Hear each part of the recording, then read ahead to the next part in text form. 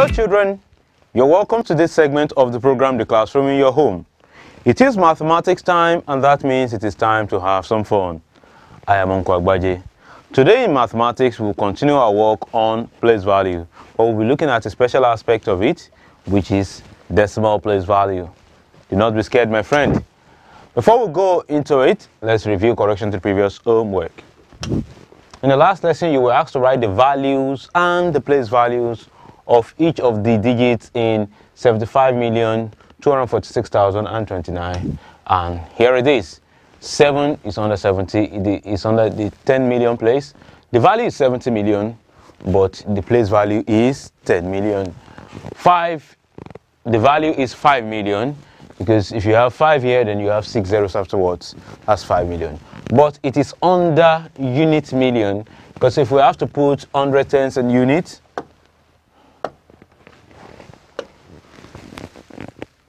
okay, this will be unit and this will be the tens. So 5 is under unit million. Okay, so now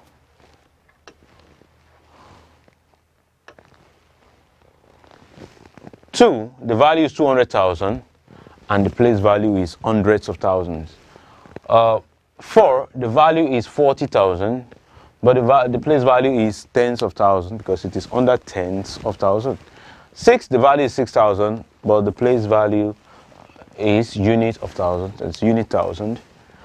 0, the value of 0 is always going to be 0. It's something like 0,000. I have told you that.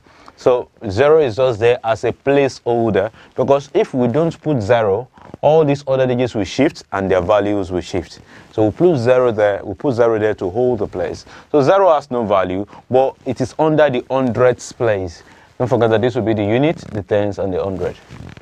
Okay, now finally we have 2, which is having a value of 20 under the tens place, and 9 having a value of 9, but it's under the unit place right here. I believe you got that right. So let's see the next one. Now, number 2 says that we're to arrange these numbers from the largest to the smallest. So what we're going to do is that we're going to put them under place values, as we have learned in the last class. Now, I'm just going to put the place values below because there's no space on top. So this will be ones, this will be thousands, this will be million, this will be billions, and this will be trillions.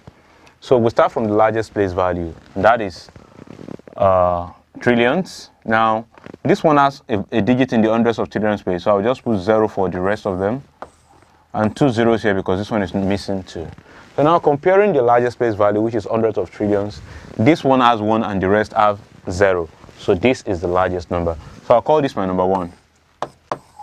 Now I'm left with these 3 numbers. So I go to the next place value, which is tens of billion. This one has 2 10 billion and this one has 1 10 billion. So this one is the larger number. So I call this number 2.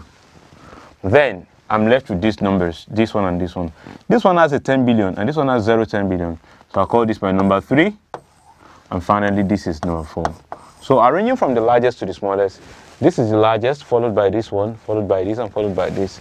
So I bring that arrangement here. So you have 128 trillion and so on as the first one. The one with the 20 trillion next, followed by the one with the 13 trillion, followed by the one with the 1 trillion. Now I believe that's what you got. You got the arrangement right? Yes, you did, of course. So I celebrate you with a cheer. Now, moving on to today's work. By the end of this lesson, we should be able to state the place value of digits in decimal numbers. We should also be able to state the value of digits in decimal numbers. So we are going to be dealing with decimal numbers today, and the place value and the value you should be able to state. You should also be able to perform basic operations on the values of decimal digits. So without wasting much time, let's just move right into it. So, as we have place values for the whole numbers, we also have place values for decimal. But what is a decimal number? A decimal number is a number that includes a period which is called a decimal point. This one right here is what you call a decimal point. You must have seen them severally in your work. The decimal digits to the right of the digits to the right of the decimal points are values less than 1. They have values less than 1. All these that you see that is on the right side of the decimal point, the value is less than 1. It is not up to 1 unit. No matter how many numbers you have on the right side, it is not up to 1 unit. But I will expatiate on this when we start working with fractions. Okay. Now, still on that 3.25, we call it 3.25 and not 3.25. After the decimal point, you have to call each number singly, one by each digit singly, because this is not 25. Because by saying this is 25, you are saying this is 20, and this is not 20. Okay, so the decimal point separates the whole number from the fraction. Okay, so you have a decimal point here. Everything on the left is a whole number, the one we were dealing with before, whole numbers. And everything to the left is less than a whole number, is less than 1, is a fraction. And that is why you see that when we wanted to put our ones place, we didn't put it on 5, because 5 is to the right of the decimal. It's not up to 1, so you can't get the ones place. 2 is on the right of the decimal. It can't get the ones, so it's not up to 1. But the first digit on the left of the decimal gets the ones place. So whenever you want to put your place values, you are looking for the one to put the digit to put the ones place. Be careful, you must not put it on the last digit, you put it on the digit immediately to the left of the decimal point. So look for the decimal point, the first digit on the left, that is the unit place. Every other thing is not up to 1 unit. Now you can see the first number to the left of the decimal point is a unit. I've said that. So the first number to the right of the decimal now has its own place value. Okay. This is the unit place, and then on the right side of the decimal point, the next place value, just as you have on the right, you have tens, T-E-N-S. On the right, you have tenth, which is T-E-N-T-H, and that means that 1 divided by 10, that is the value of that place. That is the place value, tenth. And after tenth, on this side, after 10, you have 100 or 100. On this side, you have hundredth, and that means 1 all over 100. That is the value of that place. And of course, after that, you will have 1 all over 1,000, then 1 all over 10,000. So, mind you, what changes is the TH at the end. 10 on this side, tenth on this side, 100 on this side, hundredth on this side with a TH at the end. So very important for you to note. So let's see some more examples that has more decimal place values. Here is a number 821.953. So you can see that the decimal point, we first locate that one, then to the immediate left you put the ones place, and then you can go from ones, tens, hundredth, thousands, 10,000, 100,000, all the way to the left. But on the right side of that, you will not begin with unith. No, there's nothing like unith. After the ones place, after the decimal point, you begin with tenth, which is 1 all over 10, as I have said earlier. Hundredth, which is 1 all over 100. 1,000th or thousandth, which is 1 all over 1,000. And it goes on like that. So the place value of 8 now is 100. The place value of 2 is tens. The place value of 1 is ones or unit. The place value of 9 is tenth. The place value of 5 is hundredth. The place value of 3 is thousandth. Okay, so let me give you one for you to do. Here is one. You have to fix the decimal place values for the digits. Just fix the place values. The most important thing is to look for the decimal point and locate the one that you will give the ones place to. When you find the ones place, every other thing will fall into place. You have 20 seconds to figure this out.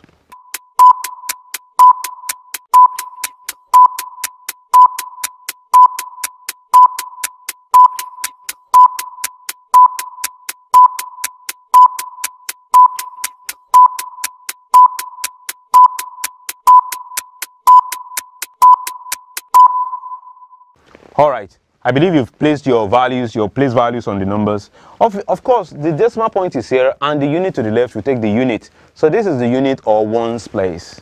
Okay, so this one take ones, and then tens, hundredth, thousands, unit thousand, 10,000. But to the right, you will have tenth, and then you will have hundredth, and then you will have thousandth, and then you will have 10,000 with a TH at the end of it. And that TH means that you are having 1 all over that number. 1 all over 10, 1 all over 100, 1 all over 1,000, 1 all over 10,000, and so on like that. Okay.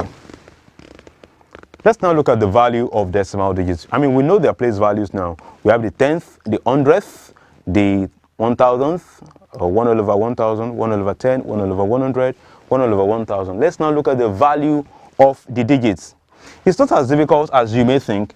Getting the value is the same procedure that we used for getting the value of the whole number digits. What you have to do is to locate the digit you want to find the value for. Okay, when you find that digit, you fill the remaining spaces all the way back to unit with zeros. I will take that again. You want to find the value of a digit, and it's a decimal digit. All you need to do is to bring down that digit. The remaining spaces back to the unit place, you fill them with zeros, like this. The value of 5 here is 0.05, and that is because if we bring down our 5, we have 2 spaces until we get to the unit place. Okay, so you have to drop the decimal point, but you must go back to the unit place. We have 2 spaces, so we fill the 2 spaces with 0, but you must not forget to bring down the decimal point as well. So it is not 005, it is 0 for the unit, after that decimal point, after that 05. That's 0.05. I'll take that again. Bring down the 5, 2 spaces until you get to unit, you have 2 zeros. Then put the decimal point after the first one. Let's see the next one. The value of 2 here is 0.2, and that is because if you bring down 2, you have only 1 space to get to the unit place. That's 1 0, and put the decimal point. And it's as simple as that. Just bring down your numbers and count zeros back to unit. So this value of 5 can also be written as 5 all over 100. Instead of 0.05, you can write as 5 all over 100, and that is because 5 is in the 100th place. And don't forget that 100th means 1 all over 100. So if there are 5, that will be 500th, and that is 5 all over 100. Here, 2 can be written as 2 all over 10, because 1/10 is 1 all over 10. 2/10 will be 2 all over 10, as you will see here. Okay, so now it is your turn. I'll go back again. I've taught you how to find the value in the decimal form. 0.5, 0.2, just count zeros. But if you want to write the value in the fraction form, just put the number itself all over whatever is on top. So if it's a 10th, then you put all over 10. If it's 100th, you put all over 100. So here is one for you to do. Write the value of each digit here. Just write out the values for us. You have 30 seconds. Begin.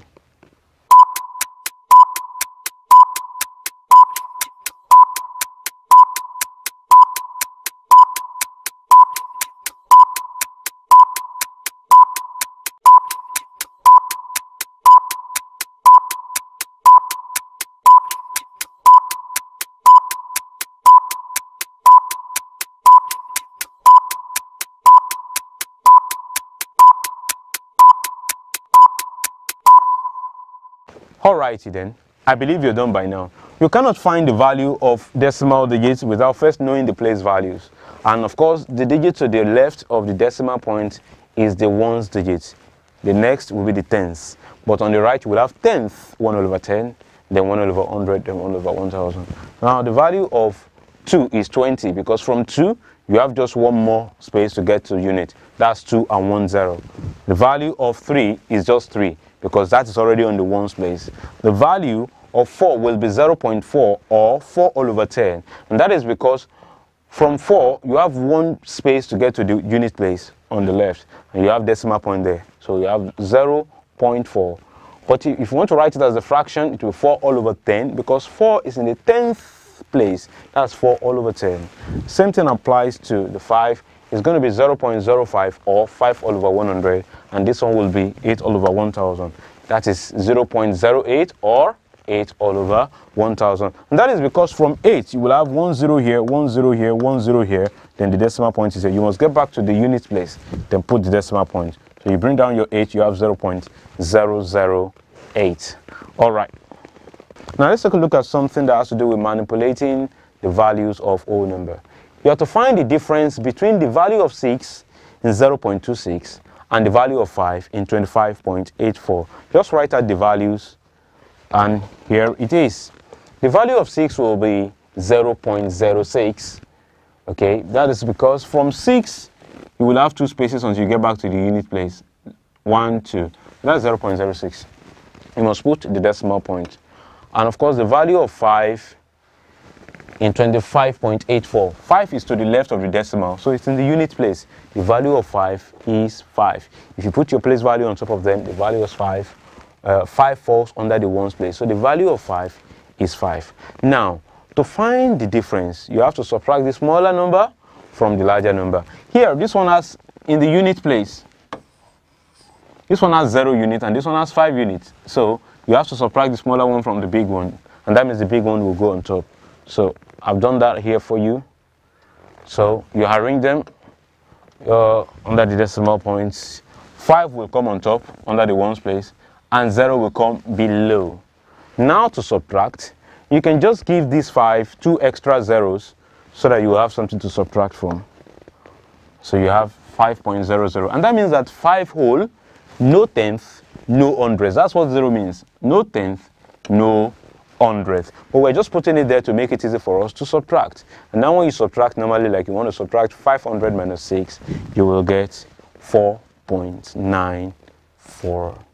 And that is what we have for you today, my friend. We've talked about how to find the value of decimal digits. From the decimal point, go to the right, you start counting in tenth, hundredth, thousandth. And when you want to find the value, all you have to do is bring down the digits and put zeros back to the ones place. Remember to put decimal point.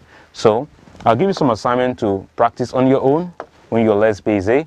You have to write the value and the place value of each digit of the number 45.628.